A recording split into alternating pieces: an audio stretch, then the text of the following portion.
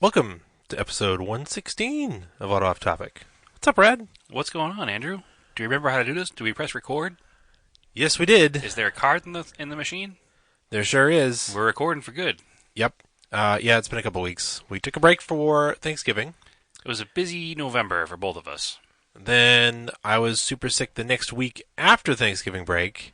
So you definitely didn't want to listen to me. Well, you went away forward. for Thanksgiving, so you had the typical travel sickness when you came back. Yep. And then you were wrapping up with some moving, so I was helping out with that last week. Yep. So we just were like, we'll just push it off. So we apologize that it's been a couple weeks. Yes, however, everything is done now except for the last holiday, which will be Christmas, obviously. And then we'll back into normal weekly schedule, I think. Yep, but we won't miss because Christmas is on a Tuesday. Yes, we record on a Wednesday night for a Thursday. That's right. Pretty good. All right. And I also live 5 minutes down the street from you now instead of 35 minutes down the street. So, even easier for me. So in the last 3 weeks, there's been some Project Car updates and down dates. Yes, both ways.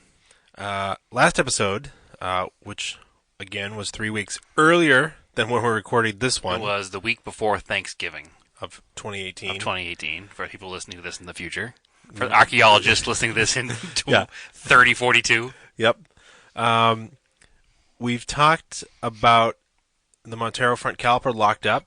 Well, I replaced it, and it worked great. It did. Car stopped like a brand new car. Truck. We have had like the record rainiest October, November, like in a long time. Just a ton of moisture. Portland gets all the credit for being like gloomy and depressing and wet all the time. We just kind of hang out here in the northeast corner at pretty much the same latitude and just drown in silence. Like, I people think don't know about how wet it is here. it's been a very damp fall, and it was actually a pretty damp and humid summer. Yeah, it's been not good for a while. My Again, welcome to Weather with Auto Off Topic. you brought it up. I My did personal not. You definitely just said it's been the wettest on record. Okay, but I was getting to my point about cars. It's related. Of course. I think that all of my brake issues is because it's been so goddamn humid. It could be. Like, Especially because the Montero doesn't get parked on pavement. It gets parked on like a pea stone, like gravel driveway. and the WRX when is not being driven is also parked on like Yeah. mud that I need to cover with gravel at least. Right, so it stays damp under the car. So the rear calipers have started to lock up on the Montero. Yes. It was fine. I went away. I came back that Saturday because I had purchased a new U-frame to replace the rotted U-frame on the WRX, but the seller was in New Jersey. I needed to go pick it up. So I was like, I'm going to go down and pick it up. Because, there's another event that I forgot to put on here, and we'll get to that. Because you were away in Vermont that Saturday. I was. So let's go with this story for now. So I'm driving, and I get on the highway, and the thing is vibrating, and it feels like it's dragging. And I'm like, did that front brake caliper lock up again? Like, does it need rubber hoses or something? Or it was super cold out, and the fluid was kind of rusty when I did it, and I hadn't had a chance to flush it yet. Maybe it froze because it was like 0 degrees out. So I was like, So I went home, parked it, and played video games for the rest of the day because I was super annoyed. Yes. So fast forward, the truck sat for like a week.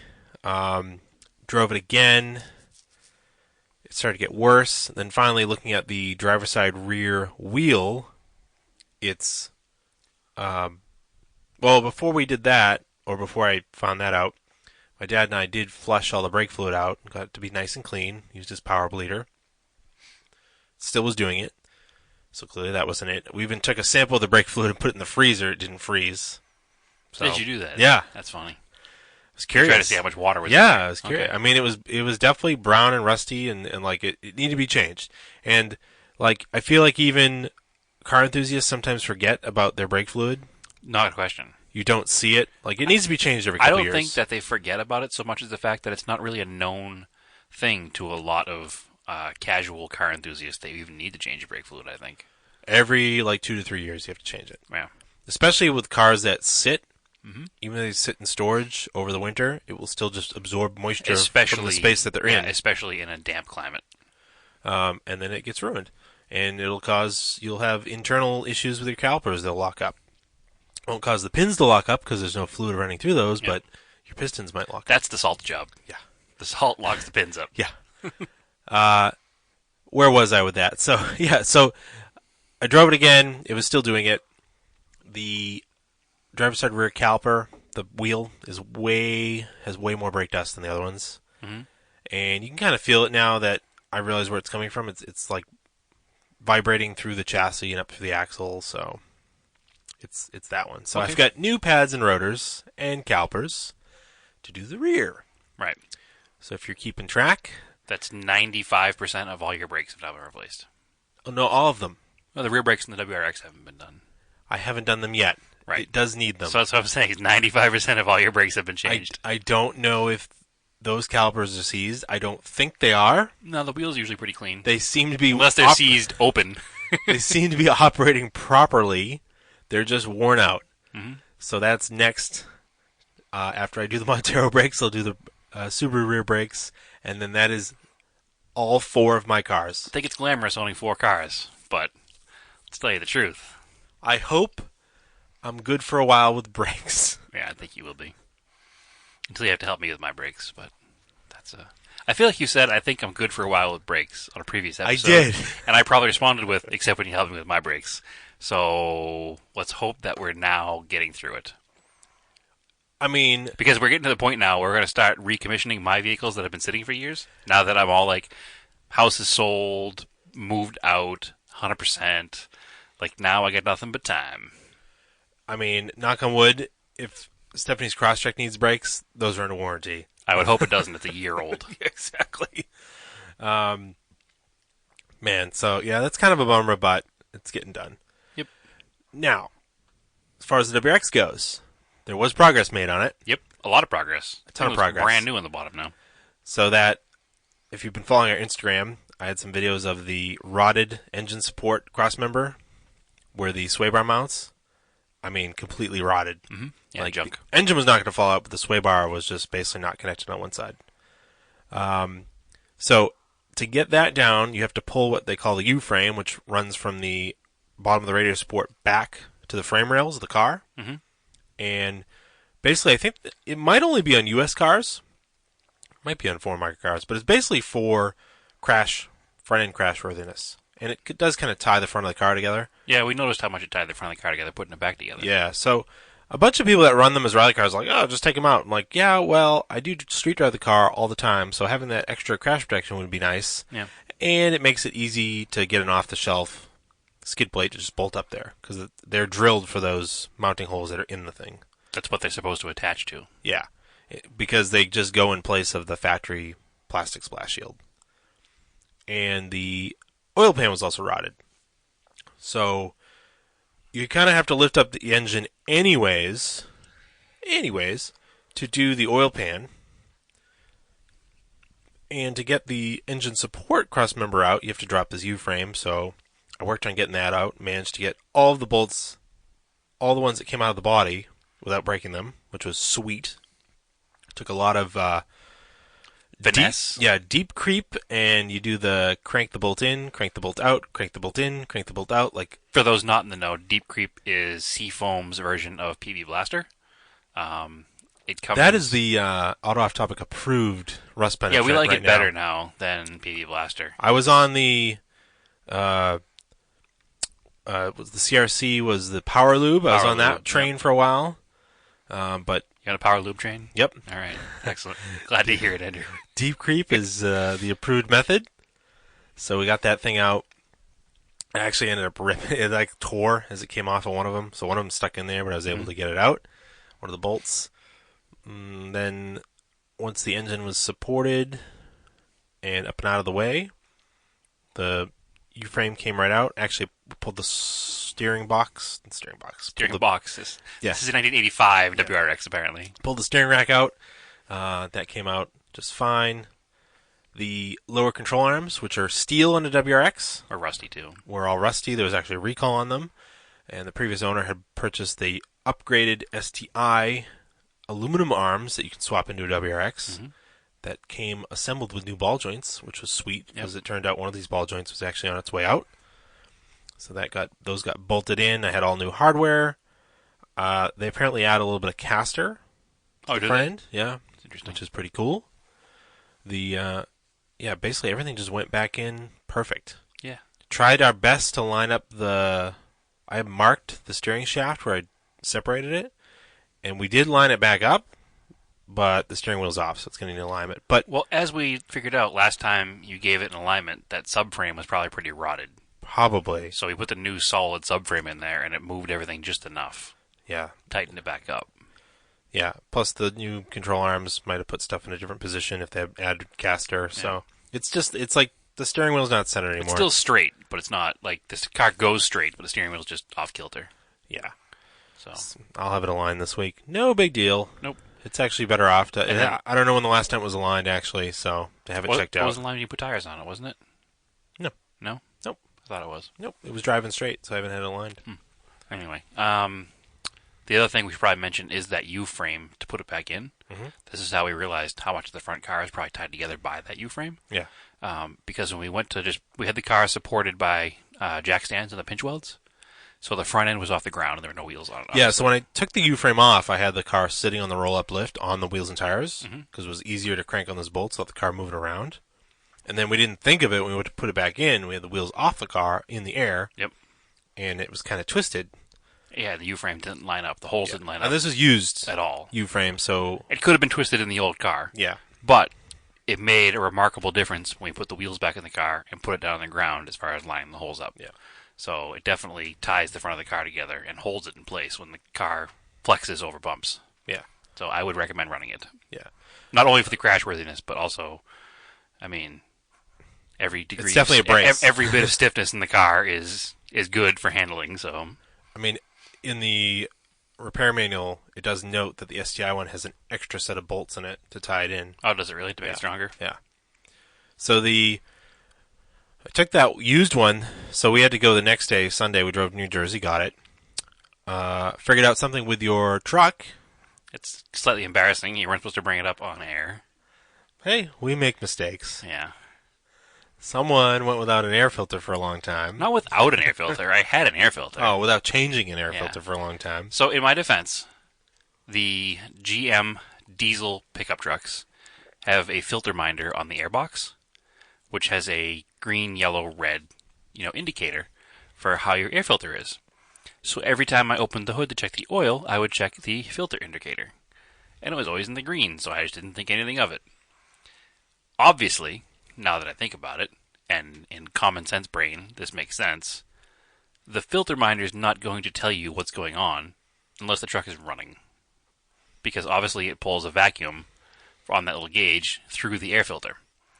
So I went about 20,000 miles without even looking at the air filter, and I started getting really poor gas mileage, or fuel mileage because it's a diesel. And then the reason that Andrew had even taken his Montero, or attempted to take it to New Jersey to pick up that U-frame, was because I had gone to Vermont that same day and was doing an off-road trip. On the way up there, I was climbing a lot of hills, very mountainous state, and it was having a hard time climbing hills, which it shouldn't be, because A, it's a V8 diesel, and B, it's a turbo diesel, so it should be just fine climbing hills like it always has been, and it struggled a lot. So when we did take the truck to New Jersey the next day, when we got to New Jersey, it's like, man, I got about 10 or 11 miles per gallon, and it didn't feel right, and it didn't sound right. And some kind of bulb went off in my head, and I was like, I bet I need an air filter. And we opened it up. We stopped and bought a new air filter at just an Advanced Auto Parts down there in New Jersey. Got back to the truck, opened it up, and lo and behold, I had a very black air filter. Like, it was a K&N also. Somebody had upgraded it, but it was so dirty that it just didn't do anything anymore. It was an air block versus an air filter. So, put the new air filter in. Fuel mileage is back up where it belongs. The truck seems to be running great, and I have no issues anymore. So Perfect. now I got to clean that K&N and put it back in. Yeah. Next time I do an oil change. So to finish up with the WRX, that U-frame we got in New Jersey had very little rust on it.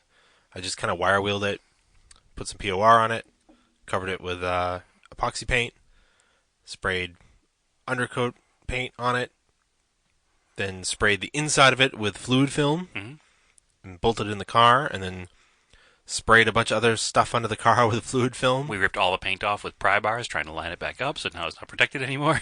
I coated them back up. Okay, good. I hadn't used fluid film before. We'd used the New Hampshire oil undercoating, but fluid film is like the DIY version of it. You buy the cans of it. Yep. And it's like vegetable oil based. It actually smells really good. Yeah, it smelled like we were baking something in the garage. And it's like you spray it, and it's like runny at first, and then solidifies and just sticks. Right. And it like never dries, and it's kind of waxy, oily. So it's probably gonna get filled with dirt, but it's also water repellent. So it should keep the majority of that from rusting. We had a conversation about this earlier today. Yeah. Now that you have undercoated or fluid film the bottom of the car, do you avoid undercarriage spray in a car wash during the wintertime? I took the same advice you told me with the oil undercoating. I did not, when I had it done on the 89 Montero, I did not do the undercar wash during the winter. I would only do springtime. Yeah, because you want to keep it on there as long as possible. Right. And it's not water soluble, but still a direct pressure. Eventually, if you were cleaning it with soap and water, it would start to come off. Yeah. So, yeah, you want to leave it alone. But I sprayed it up in there, and it that's the other thing too. Once it starts to you run the engine, you're driving the car, and that heat transfers through some of those body panels. It'll warm up and kind of flow places too. Mm-hmm. But I mean, it's pretty neat. I'd bought like a gallon container of it and a spray gun to go in the air compressor a while ago, intending to do the 89 Montero, but we did it the other way instead. Right. I will do the 99 Montero, but I'll do it in the yard on like a set of ramps, because it doesn't go everywhere in the air, but you don't want to make like a mess inside. And once it hits the surface, it pretty much stays there. It doesn't run down and drip. And it's not like paint where if you get it somewhere you don't want it, it's going to ruin it. You can wipe it right off. You just wipe it off with a rag. So it's pretty cool. I'll definitely put it on the other stuff to help preserve it. So, and I got a great Black Friday deal on a 24mm white line sway bar. So I put that in the front of the car, along with the. The car came with Cartboy end links that were brand new. So that's pretty cool. It's going to handle a lot better. Once you get those snow tires off there.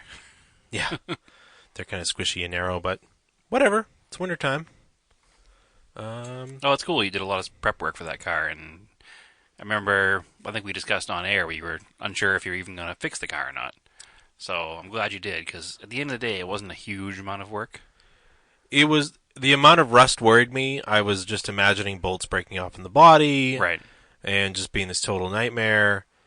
But it turns out like the bolts that come down to hold the engine support, K-member, cross-member, whatever you want to call it, are U-bolts that basically slide through the frame that are replaceable. Right.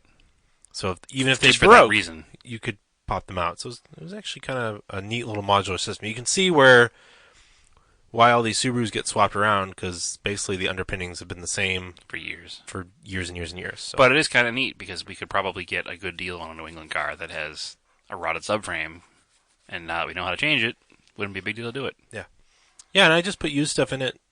I mean, well, the hardware was new, but as far as the subframes and U-frames, they're all used. Yeah, just bought used parts for a not rusty car. Mm-hmm. Obviously not New England cars their whole lives.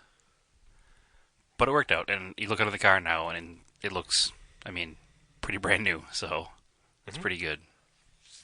All right. So I think that's it for Project Car updates. And I moved all my cars.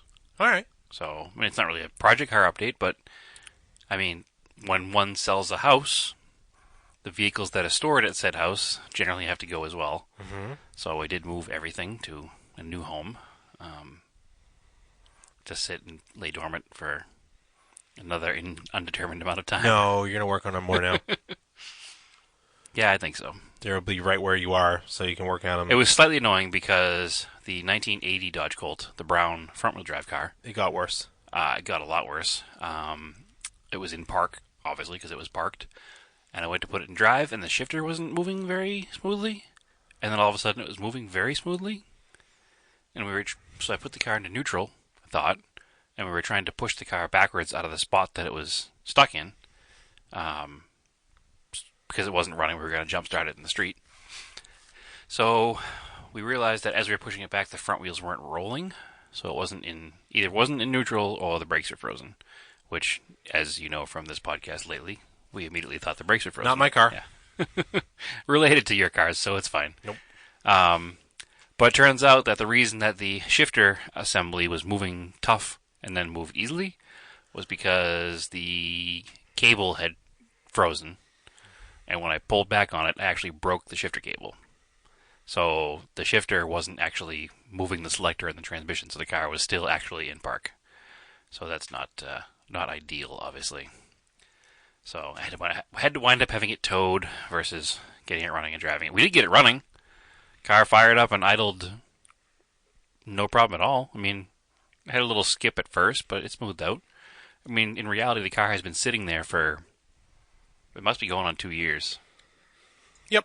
I mean, I didn't park it broken. I just parked it not driving. I just stopped driving it for whatever reason at the time. And then life got in the way, and the car just sat. Mm-hmm. So, unfortunately, I also went to put my foot on the brake, and the brake pedal went right to the floor. So, we got to figure out what's going on with that car exactly. That's a New England car. It's got some rust. So the determination needs to be made whether it's worth our time to put the car back together and use it, or just to move on with it. And maybe, I hate sending cars to the junkyard, but at some point in a car's life, there's a time when it's not useful anymore. That was an $800 car, wasn't it? It was, but it's not the price of the car. I mean, no, $800 is most of my cars, and it's more I don't know, it's just cool that this 1980 Dodge Colt still exists and can still be driven. So, and if it can't, then it can't, and I will sadly part with the car and move on. But I don't want to, obviously, but it is what it is. All right. New England life. And that car's been a New England car its whole life, so it's not like I took a perfectly pristine, Southern California car and ruined it in New England.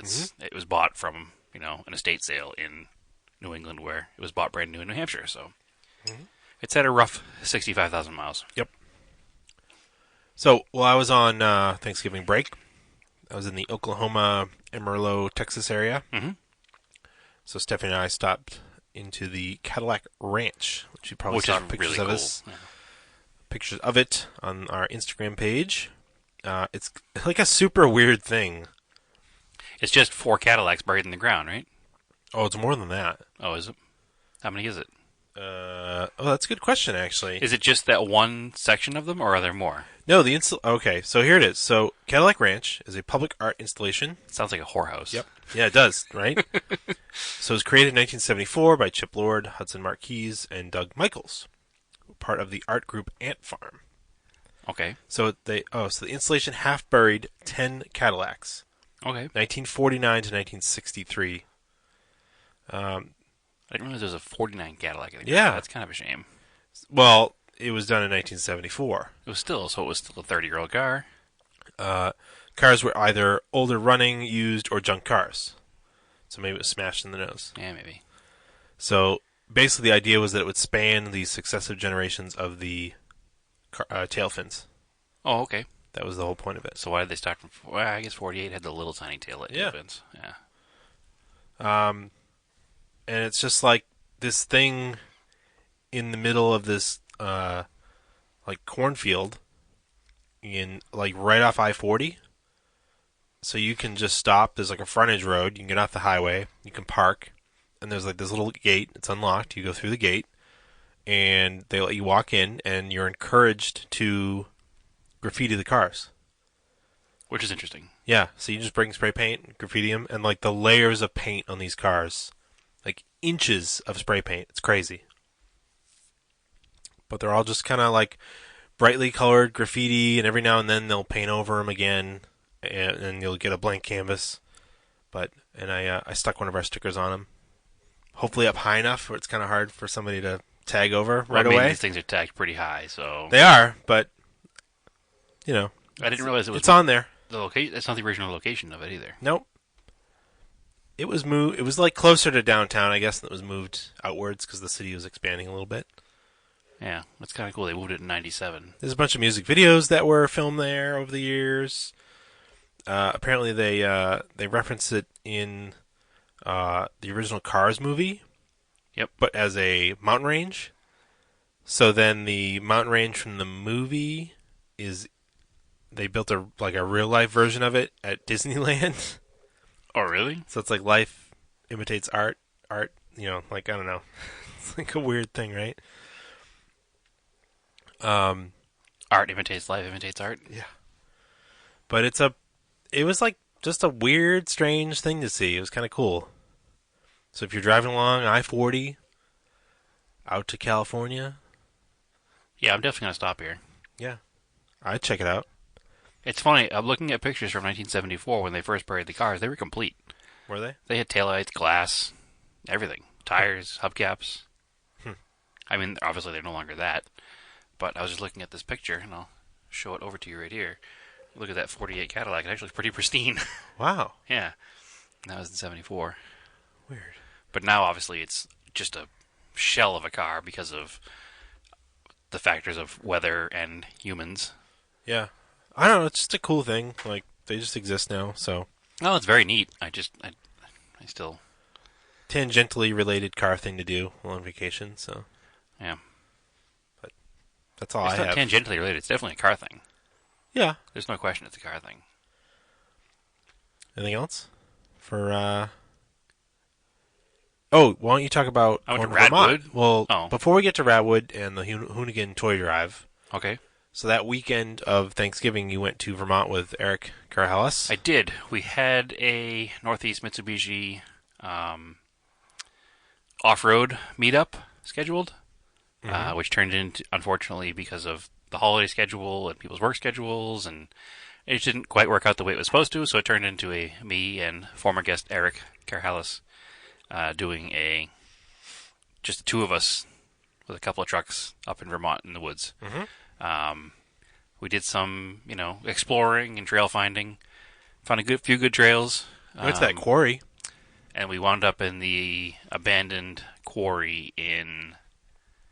Now it's been 3 weeks. I forget what part of Vermont it was. Here, I'll keep talking about it. I'll Yeah. Google it. So it was interesting because it was early on in the winter season, but it was very cold in Vermont. It had already snowed and had melted and had refrozen.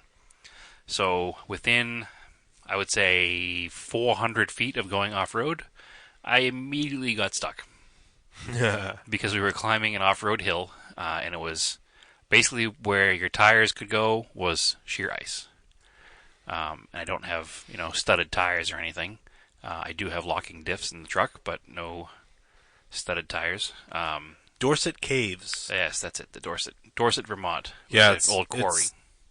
It's very well known in the New England area to go exploring there. Yeah, it's a very neat place to explore. I mean, I'd like to go back in the summertime, but regardless, we'll get to that in a second. When climbing the first hill, I got stuck, and the problem is we didn't want to go back down the hill because it was like a twisty, turny downhill, and it was all frozen. Yep. So it was like we had to press on and get to the top of the hill to get out the woods on the other side because we were nervous to go down the hill with the ice.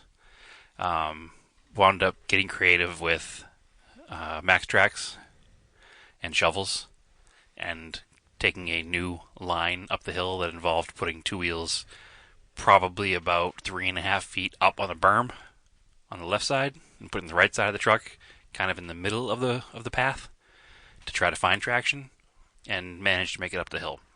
Problem was, every failed attempt, the truck wound up sliding down the embankment and putting all four tires on icy paths down a, 25% grade. Maybe not 25%, but it was a pretty serious grade.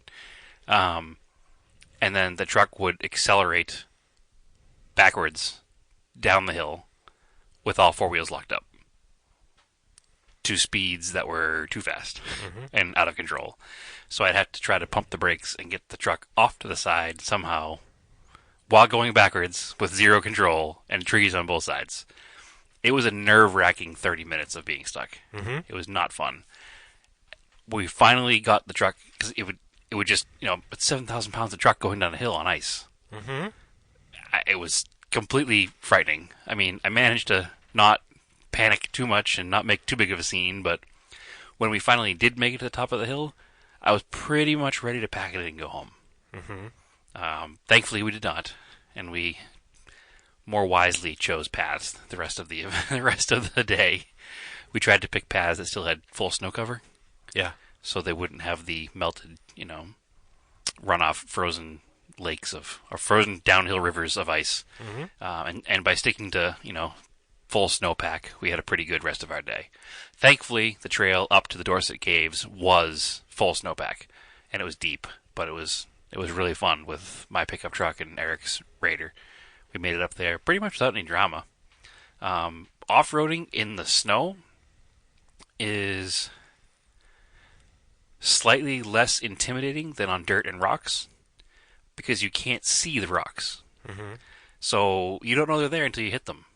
So there's nothing to get nervous about until you already hear a noise. Yeah. Huh. So it was a little nerve-wracking, but we got it. We got a pretty good rhythm going, and as long as you pick your line, and thankfully I wasn't the first vehicle, and Eric's truck is pretty well lifted and pretty well protected on the underbody. I kind of followed his line, and if he fell into a big hole, I'd try to avoid that big hole. But it is a little difficult to pick a line when there's 4 or 5 inches of snow on top of the trail, because 4 or 5 inches of snow will hide a rock. And hide a gully that's in front of you that's 10 inches deep. So we made it to the Dorset Caves, which is like I said, it's an abandoned quarry in Dorset, Vermont. Much like the Cadillac Ranch, it has layers and layers and layers of spray paint inside of it, where it's all just been graffitied over the years. I'd like to go back and explore in the spring or in the summertime. Yeah. Because the nature of a quarry, obviously it's dug into the side of a mountain. So moisture comes from the top of the mountain through the cracks in the rock and drips out the middle of the bottom. So the entire inside of the quarry was filled with these, 3 to 5 foot tall icicles. Huh, fun. Right, and I didn't feel like getting impaled in the top of the head by exploring too far in. So we picked a few trails to kind of go around the icicles, but it was definitely not a settling thing, especially since the temperature was rising up to probably mid-40s. So things were starting to melt and break. So we wisely didn't explore too far because we didn't want to get trapped or impaled and killed by an icicle. But it was fun. It was a neat place, and if it's not too far off the road, the trail isn't a super technical trail. But it's a neat destination to go up there, explore. You can hang out at the cave there, and it's probably a good spot to stop and have lunch or just have a break. But it's a cool little spot. I definitely recommend trying to find it if you're in the Vermont area. Mm-hmm. So that was fun. Then, of course, next day we drove to New Jersey. That was like blah, whatever. Correct. So that weekend I did... How many miles was it to New Jersey? It was like 600 miles round trip, I think. And plus the 400 miles I did the day before, so it was a 1,000-mile weekend for me. Sure. Yeah, it was quite busy. All right. That brings us to events. Yeah. Have you attended any events, Andrew? I have not. Nothing at all? No. I felt like there was something. Nope. Okay. You went to the Hoonigan Toy Drive in Long Beach? I did. So I flew out to Los Angeles because it was Radwood LA, the second Radwood LA, and it was at the Peterson. And that was a pretty cool combination, so I couldn't miss the event. So I did fly out there, and it happened to coincide that the same weekend was also the LA Auto Show, which I realized too late to go to the LA Auto Show, which I probably would have. Well, they organized it that way on purpose. Probably. I'm sure they did. Mm-hmm. I don't think the Hoonigan Toy Drive was on purpose, though. I think that just kind of happened. Well, the Hoonigan Toy Drive probably organized their thing I the don't same think it reason was. for I the think LA it was- Auto Show. Probably maybe the LA Auto Show, possibly. Yeah. Because you end up with all of the auto journalists are in the area for the weekend. Yeah, that could be. So that's a good time to do events. But regardless, I went to the Hoonigan Toy Drive. I've been to LA a bunch of times, and I've always wanted to get over to the Hoonigan Donut Garage, and just haven't had a chance to make it. It's actually in Long Beach, but it's only 35 minutes from LA. It's not far away at all. 2 hours if there's a traffic jam. 2 hours on a Monday to Friday, but thankfully it was on a Saturday, so it wasn't too bad at all. Wicked cool place. I mean, you see it on the YouTubes, and you see everybody doing their donuts and all their stuff that happens in the parking lot there. And it looks small on camera. Mm-hmm. It is tiny. Really? Yeah, it looks so much smaller in person. And the fact that people do donuts on that dock, the loading dock, Mm-hmm. is not much wider than the length of a car parked on it. Like if a car is parked on it, like backed against the building, facing out the loading dock, that's about how wide it is. So you don't have much room to do a donut. So I can't imagine being in a car doing a donut on top of that dock and then down doing multiple figure eights and donuts on the pavement in between the dock and the containers that they have there. It's a very small space. So it makes it even more impressive what they do on the videos there without too much incidents. I mean, it's a few times where you see them tap the wall or whatever, and it's kind of cool when you get there because all of their stuff they store in those containers. That's what they have the containers in the parking lot for, but the containers have like dings and dents from the few cars that have hit them, and one's got like a big tear right through it, and then the bottom of all the containers is just covered in a 1/4 inch of black, thick, burnt rubber. So just from all the cars doing donuts there. They had all the star cars there on the dock for display. If you watch the Hoonigan video series, John Chase is the guy who does all the artwork for them. He has that 55 Chevy, the Gasser, that was up there.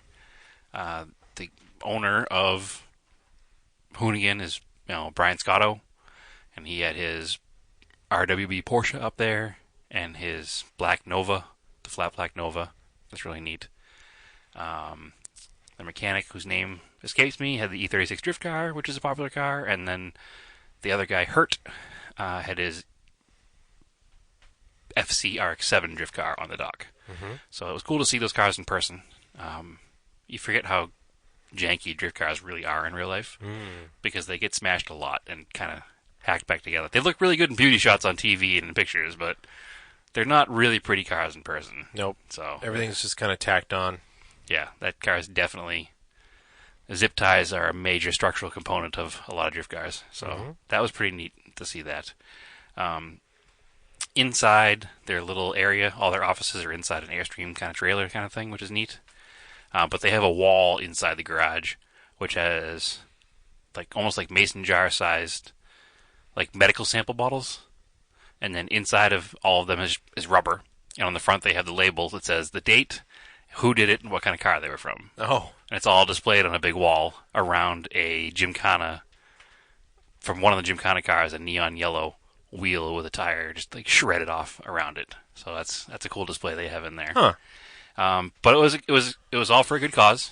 It was a Toys for Tots, toy drive benefiting their local YMCA and some other things that were there.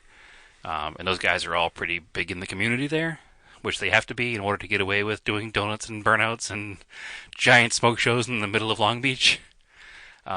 So they give back to their community a lot, and that was what the whole event was for. And they raised a ton of money and they got a ton of toys for the event. So that was really neat to see.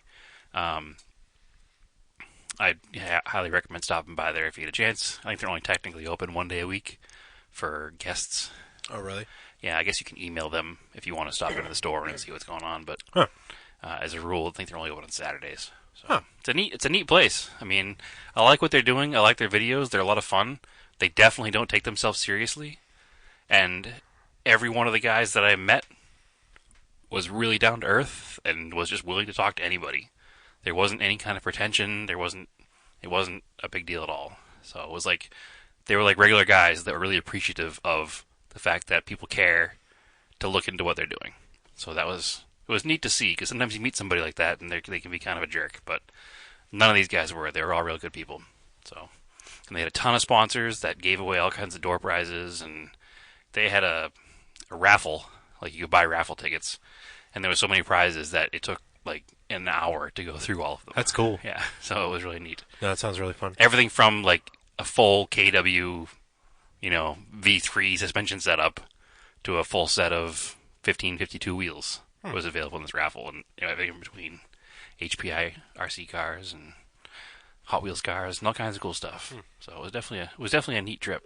Cool. Yeah. So that was Saturday. That was Saturday. What'd you do Sunday? Sunday was Radwood, which you've heard us talk about. Unfortunately, circumstances came up and you could not make it. Mm-hmm. But that's okay. We'll fix it next time. Mm-hmm. It was epic. I don't know what else to say about it. It was Radwood. It was Radwood LA.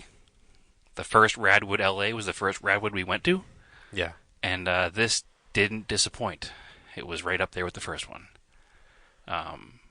It was a little different because it was in a parking garage. Didn't have the same kind of cool setting the first one had. But Well, it was at the Peterson. it was at the Peterson. It was the location was cool because it was the Peterson, but it wasn't really. It wasn't like there was free flowing between the show and the Peterson.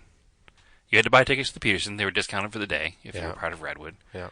And I guess maybe if I was just attending the show and wasn't helping and volunteering, it might have been different because I could have gotten time to go in the Peterson. But I kind of, by the end of the day, forgot I was at the Peterson Uh-huh. because I spent so much time doing other things that I'd never had a chance to go into the museum. So I spent the entire day at the Peterson and never went inside. So that kind of stunk. But that's not anybody's fault but my own.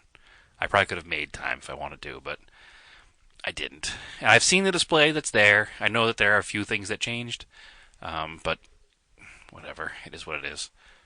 It was a great time. I don't besmirch anybody for that. That's entirely my fault. The show was great. Everybody that runs it is awesome. Everybody that was there was awesome. And the cars were I feel like, another level. again, it's just that Southern California car culture just lends itself to the Radwood show. Yeah, it does. Like, Where not else? to knock down like the Philly show because there a ton of people showed up Yeah. and it was super cool. Yeah. But like it just fits. People in LA live vibe. People in LA live Radwood every day. Yeah. It's not like it's not a thing for them. You could walk to the store across the street and see somebody be like, we were playing this game all weekend. We'd see somebody and we'd go, oh, Radwood or just LA? Yeah. And most of the time it was just somebody in LA. But this beautiful second gen Prelude rolled up to a stoplight right around the corner from the Peterson the morning of the show. And I was like, oh, Radwood or LA?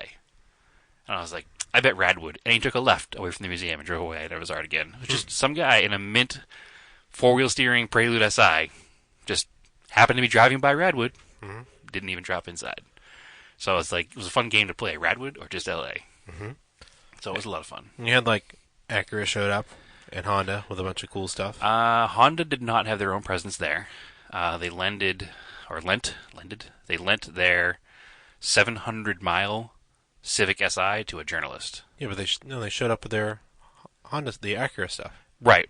Acura had a presence as a separate company from Honda. Okay. So you got to keep it separate because they keep it separate. Alright. It wasn't like Honda came out with cars from their collection.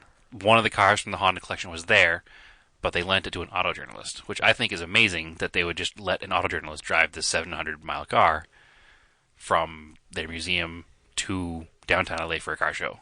That says a lot about the company and the trust they have in that particular auto journalist.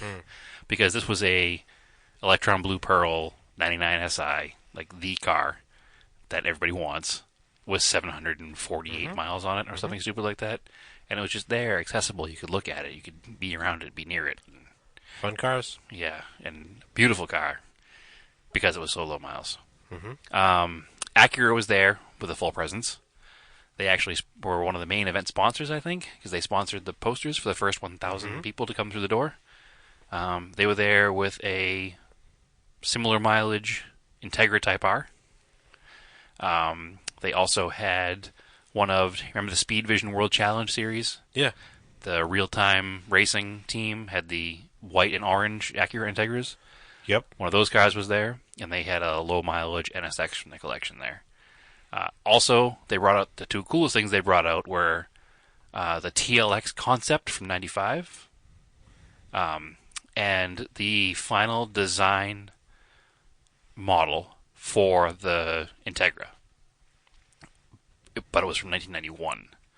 But it was the '94 Integra. So it was really neat to see 3 years earlier, production-ready mock-up was probably about a 1/6 scale, I guess, model of it that was just on a pedestal behind the cars. And it was neat to see that, A, they held on to it for so long because it was just a design study, but it was the final one for that 94 Integra, which was really cool to see. Supercars, like, there was a Bugatti EB110. That I kind of wanted to see. Yeah. 3 Lamborghini Countages. 3, because it's LA. A Vector W8, which I've never seen in person. That's absolutely insane. And then all of the, more pedestrian cars that somehow have survived for 30 years. That for 30 to 40 years that were there. Oldsmobile Intrigue. The 99 Intrigue, it wasn't even a low-mile car. It was just really well preserved. And that car had a really neat story because it belonged to the kid who brought its grandfather who had passed away. And you had a picture of him buying it brand new and everything. And then the people that were there. Anybody who's anybody in the car scene in LA that you've heard of, whether it be from YouTube or Instagram or whatever, was there. You had Magnus Walker, you had the Hoonigan guys, you had Matt Farah, you had, obviously the guys that run it from TWA or from Northern California. I finally got to meet the man who saved the Sapporo. Yeah. Forrest Kugel. Yep. From Kugel Works. He does a lot of BMW 2002 stuff. If you don't know him or you have a BMW 2002, definitely check out Kugel Works. He's got Instagram and everything. He does a lot of spoilers and stuff for it. Super cool guy. Super cool to talk to. He built all of the skateboard ramps for the show. And they had a professional skateboarder whose name I always forget, and I apologize because I don't know skateboarders. But he was a skateboarder from back in the original, Flatland Tony Hawk days. So he's the same kind of level as that. He was there doing demonstrations, and they had him doing jumps over the, Radwood 944. Who else was there? L.A. car collector Bruce Meyer. He's one of the most well-known car collectors in the area. He was there with a original CHP Fox Body Mustang. That's cool.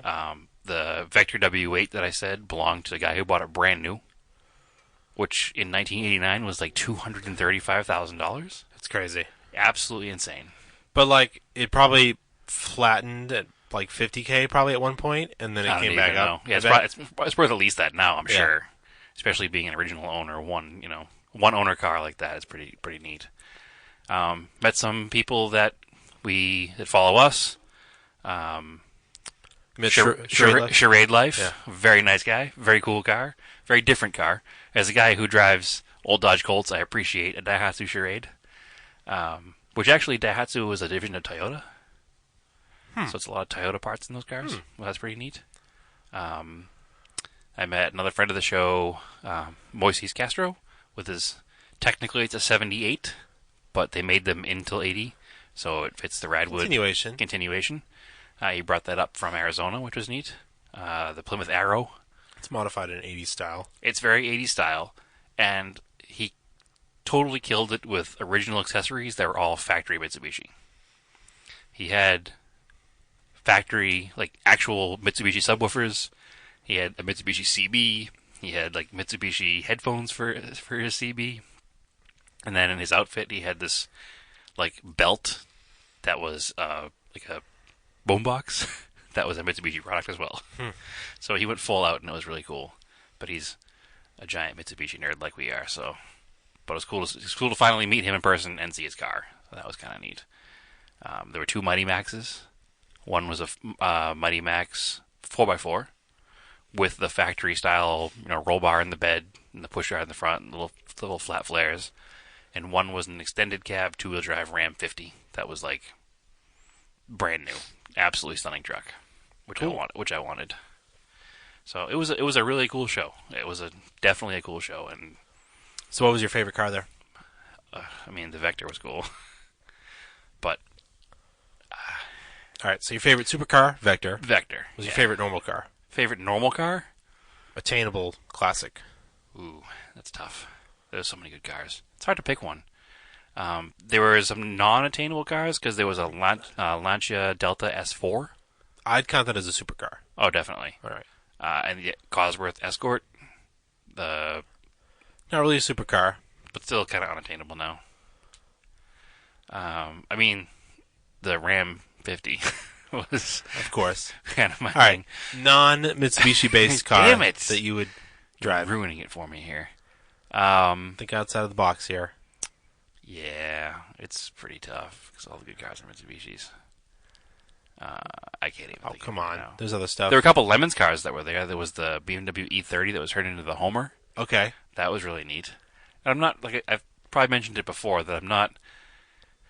Being from the Northeast, I don't like what happens to cars that become Lemons cars because Yeah. they get kind of destroyed. So I have different thoughts. Like I get Lemons, I understand Lemons, I like Lemons. I just don't like what happens to cars. Well, there's the Ethan Tuff's Hello Road, the Liam Neeson. Liam Neeson was there. That was pretty neat. I don't know. There were just a lot of cool cars. It's hard to pick one. There was one That's why I'm asking you. Gen 2.5 Montero that was really clean. Okay. I don't know who owned it though. Come on. Something Gotta be simple. There was an orange Volkswagen Rabbit. Yep. All right. That was really clean and was on like PBS RS style wheels. All right. And there was, I think it's Bad Rabbit Habit has the baby blue one. Yeah, with a TDI swap. Yeah. It's all full patinaed. All right. That car was really neat. All right. I do like that car a lot. Those are obtainable classics. Yeah, I like both those cars a lot. I mean, it's hard to pick one from the show. I did meet another guy who we've been like Facebook friends and like Instagram followers since the dawn of time. I feel like his name is Kelly Doak, and he has a second-gen Celica in like a gray color on Watanabes, deep dish Watanabes, and twin Webers and the whole nine. But it's a ratty car. Just it looks ratty, but mechanically it's all sorted. It was neat to finally meet him and see his car in person. Okay, so while we're on the topic of Radwood, because I have another car I want to ask you about. Yeah. The Gold Starion. Yes. Kind of a tan color there. That's my favorite Radwood story. Yeah. Tell me that. So the man lives in Phoenix, Right. like Phoenix proper. He's originally from the Pennsylvania area. Mm-hmm. He heard about Radwood. He wanted to go. The next Radwood show after he heard about it was Philadelphia. Mm-hmm. So he said, I'm going to go to the Philadelphia show. I'm going to find a car, and I'm going to bring it there. So he went on Craigslist in the Northeast. Lots of people should do this. It's fun. Probably not in the Northeast, though. He went on Craigslist in the Whatever. Northeast, and he found a 1988 Chrysler Conquest. There's a lot of Starion Conquests that survived around here, though. Yeah, because they were parked for the wintertime. In kind of a sand beige color. Very similar to your Talon, actually, maybe a little bit darker. So he bought the car sight unseen, flew to Connecticut and bought it, drove it to Radwood, Philadelphia. I remember looking at it. Yep, and then was nervous because it had an aftermarket oil pressure gauge that was reading low. It was probably not hooked up correctly. That's part of the problem, correct. But he wasn't sure what was going on. Said, well, it's do it or don't do it. I'm going to drive his car back to Phoenix. So he and his buddy got in the car, and they drove it from Philadelphia to Phoenix. He sorted out a bunch of, for lack of a better word, ricer mods that were on the car. It had a blow-off valve, like a vented-to-air blow-off valve, and a manual boost controller that wasn't hooked up right, and all the stuff you don't want to do to a Conquest was done to the car. So he sorted all that, got that all cleaned up, buffed the car out, cleaned it up really good, best he could. It came out really nice, actually. And got the car ready to drive to Radwood, LA. Cool. So now the car is the second bi-coastal Radwood car. Cool. Yeah. So, and it's a Mitsubishi, which is an even cooler story. Further proving the people wrong that Mitsubishis can be driven reliably. Okay. All right. And then the other car I was going to ask you about, so we go back to the Hoonigan day. Yep. You were I saw you were talking to the guy with the Colt, the red one, the Yes. Castrol stuff. Who's that guy? Dennis Aquino. Yeah. He's a big Toyota restorer Yeah. in LA, Yeah. but he's Filipino. And people from the Philippines love their first-gen Lancers. In fact, the first-gen Lancer is the official car of the Philippines. It's kind of like what the Model T was to America in the teens, is what that Lancer was to the Philippines in the 70s.